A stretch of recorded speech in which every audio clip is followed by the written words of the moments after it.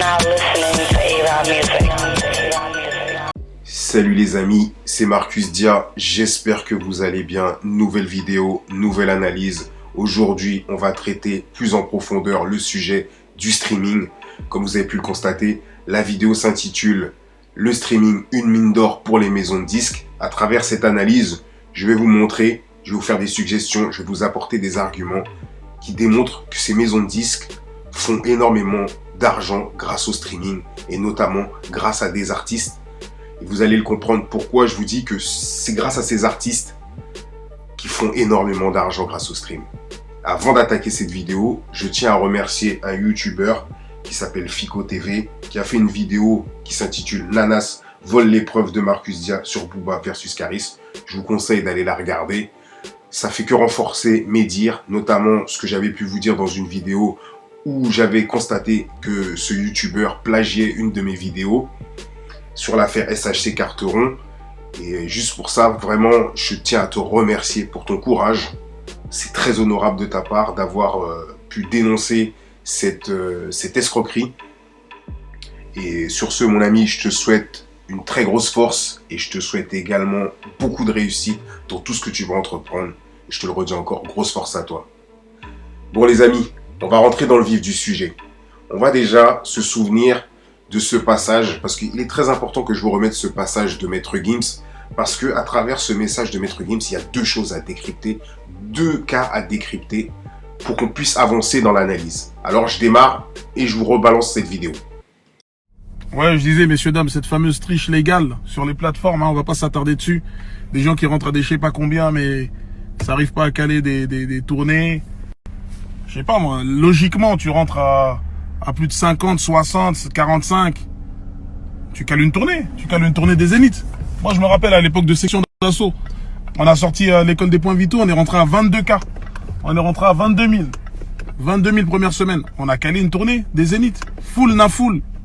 Full na full.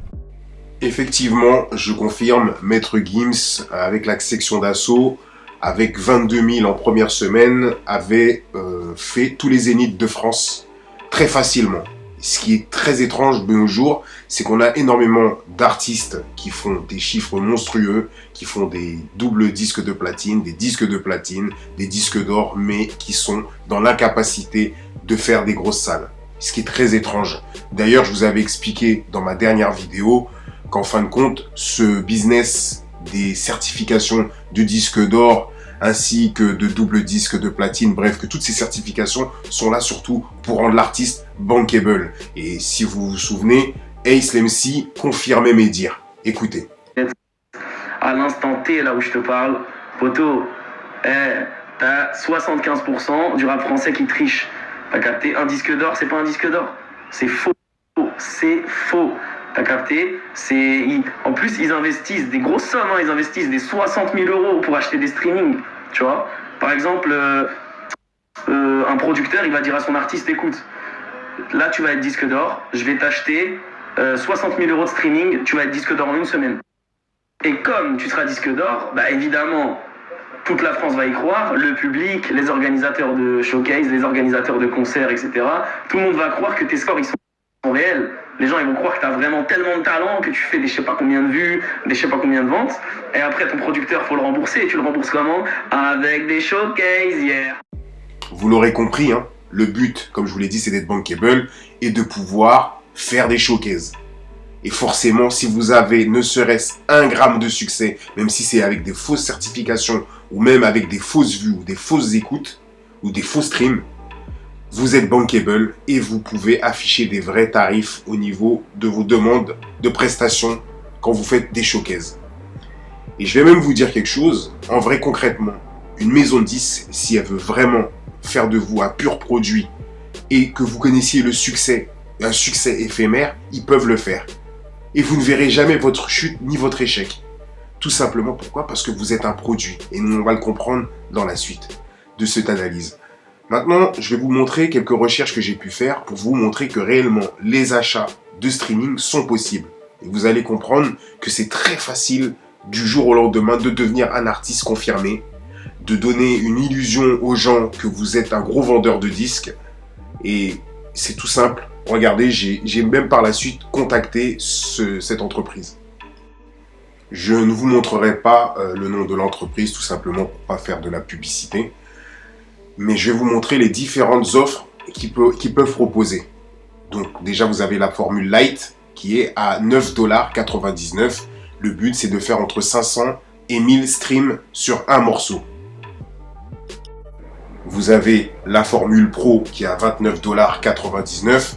Et là, c'est entre 3000 et 5000 streams pour 3 tracks différents.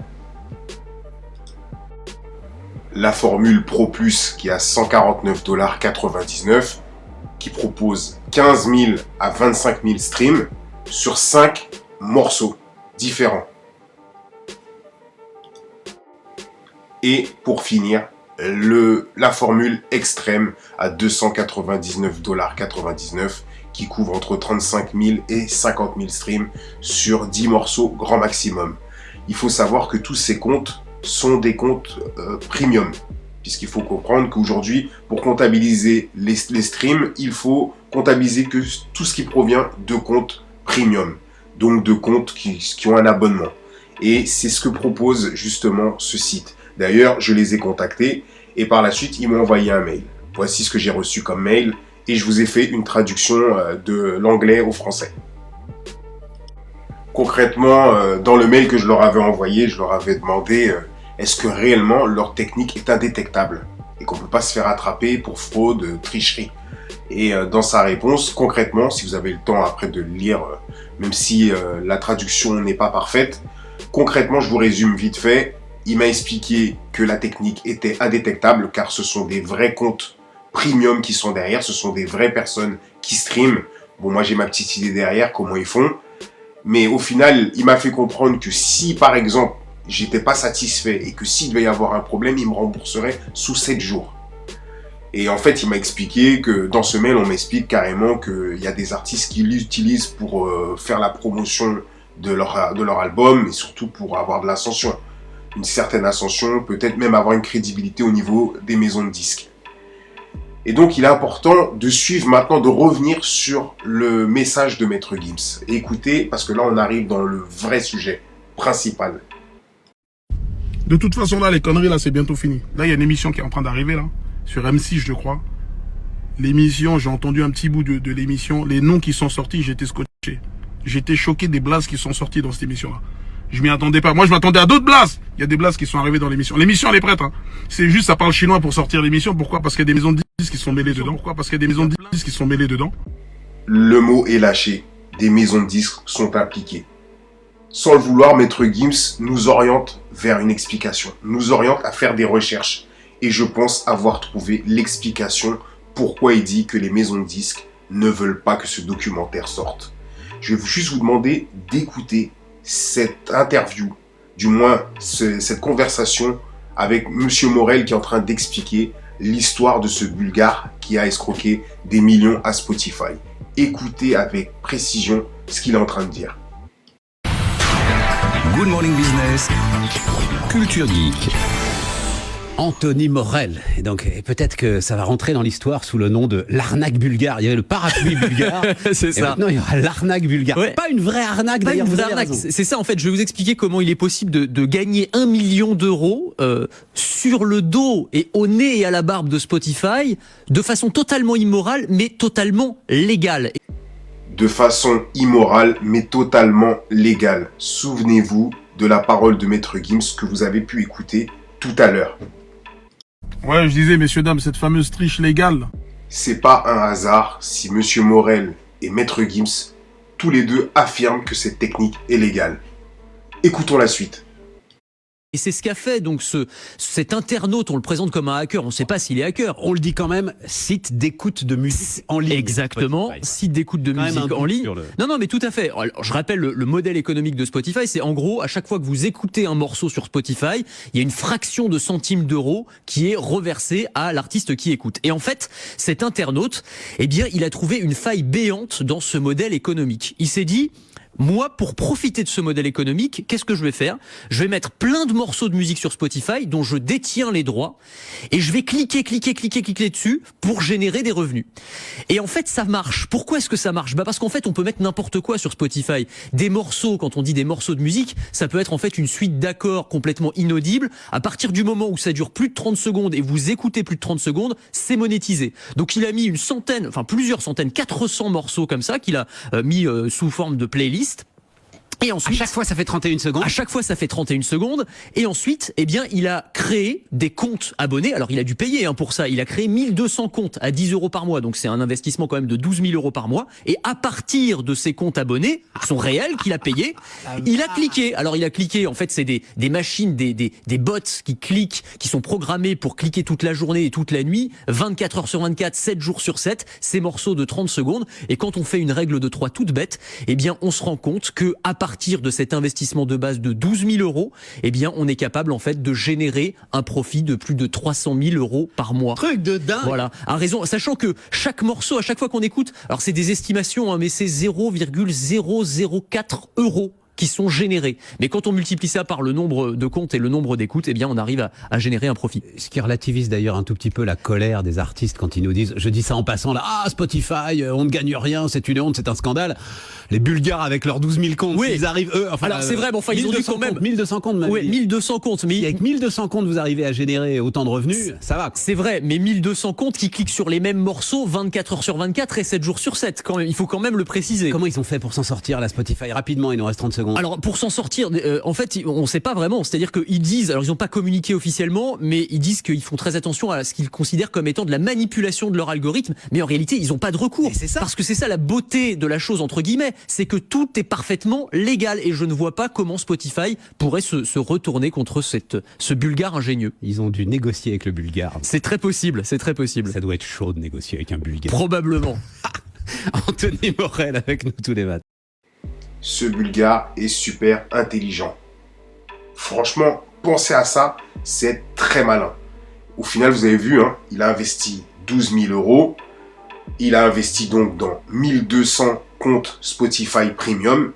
Et il a fait 30 morceaux où il a tous les droits dessus. Tous les droits, et bien sûr, qui peuvent être comptabilisés en streaming. Et vous vous souvenez, je vous avais montré cette ferme à stream où on voit 10 000 téléphones en train de tourner 24 heures sur 24, 7 jours sur 7. Et on se dit finalement, il y a un vrai business derrière tout ça. Et qui peut en profiter? Qui est le mieux placé pour en profiter? Une maison de disques. Pourquoi la maison de disques? Parce que tout simplement, quand vous voyez ce que ce Bulgare a pu faire tout seul, imaginez la puissance de frappe, la puissance monétaire du maison de disques pour faire ce business à grosse échelle. C'est-à-dire signer plusieurs artistes, et vous l'avez peut-être constaté toutes ces dernières années, jamais le rap français n'a marché autant. Le but des maisons de disques, c'est de signer le plus possible d'artistes. Et vous remarquez bien qu'ils sont prêts à signer des artistes qui ne vont pas forcément faire une longue carrière. Mais ils en signent énormément. Et dites-vous bien une chose, si derrière ce business, il y a ce genre de concept d'utiliser des achats de stream et de s'enrichir très facilement, c'est pour ça qu'en fin de compte, aujourd'hui, les maisons de disques ne s'attardent même plus sur les textes des rappeurs. Ils ne s'intéressent même plus à la qualité des sons. Moi, j'ai rencontré une fois un producteur et il m'a dit ce que les maisons de disques veulent, c'est même des rappeurs qui ne savent pas articuler. Donc au final, c'est pour vous dire, imaginez si aujourd'hui les maisons de disques font exactement la même chose que le Bulgare a pu faire à Spotify. Imaginez la masse d'argent qu'ils peuvent amasser. On a pu comprendre que l'outil principal pour ces maisons de disques, c'est de signer énormément de rappeurs. Et vous allez comprendre, quand par exemple, on lit cet article, on se rend compte, c'est un article de 2017, on se rend compte que 86 des 200 albums les plus vendus en France appartiennent à la catégorie musique urbaine. Donc ça regroupe le rap français, ça regroupe tout ce qui est Zumba actuel, là, toutes ces musiques, bon bref. Et au final, on se rend compte que par contre, regardez ce qui est écrit, sans compter l'écoute de musique en streaming où le rap écrase tous les autres styles par sa popularité. Parce qu'on se rend compte, comme je vous l'ai dit, que, étrangement, c'est le rap qui est le plus streamé. Je vous le dis clairement, il est plus streamé par rapport aux chiffres que les maisons de disques annoncent, parce qu'ils utilisent un fort taux de stream. Après, je n'accuse personne, mais je vous l'avais dit dans ma dernière vidéo, qu'étrangement, quand un artiste est signé en maison de disques, son taux de streaming est toujours plus élevé qu'un artiste signé en indépendant. Et pour réussir ce plan, il vous faut un rappeur signé en artiste, en contrat d'artiste. Je ne vais pas vous détailler tous les contrats, mais on va s'arrêter sur ce contrat-là parce que c'est le meilleur contrat. Concrètement, quand vous signez en artiste, vous êtes un pantin.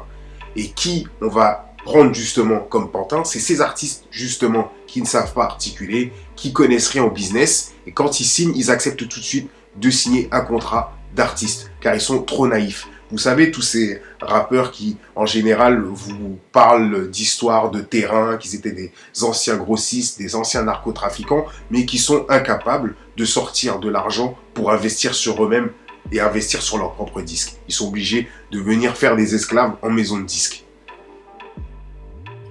Quand un rappeur signe ce genre de contrat, clairement, comme il est mentionné là, l'artiste cède au producteur l'entière propriété des enregistrements et leurs diverses exploitations selon des rémunérations prévues au contrat. Je vous l'ai dit, c'est une vraie aubaine ce contrat. Maintenant, je vous montre un classement de toutes les plateformes de streaming et vous allez voir que, étrangement, Spotify est le numéro 1 au classement sur toutes plateformes confondues en termes de streaming. Et pourtant, c'est celui qui rémunère le moins bien les artistes. Et croyez-moi, c'est pas un hasard. Au classement de ces plateformes stream, comme je vous disais, donc on a Spotify en premier, Apple iTunes en deuxième, 3 Pandora, 4e Google. Vous pouvez voir les faibles taux de rémunération par stream. Par exemple, Spotify, c'est 0,00397 $. C'est vraiment très peu. Et maintenant, il faut comprendre qu'à partir de ce chiffre-là, à chaque morceau streamé, c'est ce qui est versé à l'artiste, ou à la maison de disque plutôt. Et si vous faites bien attention, la logique, ça serait quoi en fait? Ça serait d'avoir un rapport streaming acheté bien plus bas que la rémunération en stream. Et vous n'allez pas me croire, mais c'est facilement possible de l'avoir. En temps normal, le compte premium, il est à 9,90 €. Mais si vous cherchez dans des zones assez obscures, comme j'ai pu le faire, vous allez voir qu'en fin de compte, on peut acheter des comptes premium bien moins chers. Et je vous en montre l'exemple tout de suite. Je ne vous dirai pas non plus où est-ce que j'ai été chercher ces comptes Spotify. Comme je vous l'ai dit, je suis parti dans une zone assez obscure. Je ne cherche pas à faire la promotion, mais comme je fais un travail d'investigation, j'essaye de trouver le plus d'informations à vous apporter. Donc là, clairement, on peut voir qu'il y a des offres à 3 $, 1 $, 1,92 $, 4,99 $. Autant vous dire, je ne sais pas si ces comptes sont légaux, mais je peux vous dire que ceux qui font de leur business des fermes à stream doivent utiliser ces comptes. Donc dites-vous bien une chose, le coût du clic, le coût du stream doit être super bas, largement plus bas que ce que la plateforme Spotify va donner à la maison de disques, ce qui va permettre de faire un bénéfice monstrueux, comme je vous l'ai dit. L'analyse arrive à sa fin. Croyez-moi, je l'ai écourté parce que j'ai tenu compte de certains commentaires qui me disent que des fois les vidéos sont trop longues et je m'en suis rendu compte dès que ça franchit les 15 minutes, vous adhérez plus du tout au concept. Et pourtant, ce sont des vidéos qui nécessitent d'être plus ou moins longues pour vous donner plus de détails.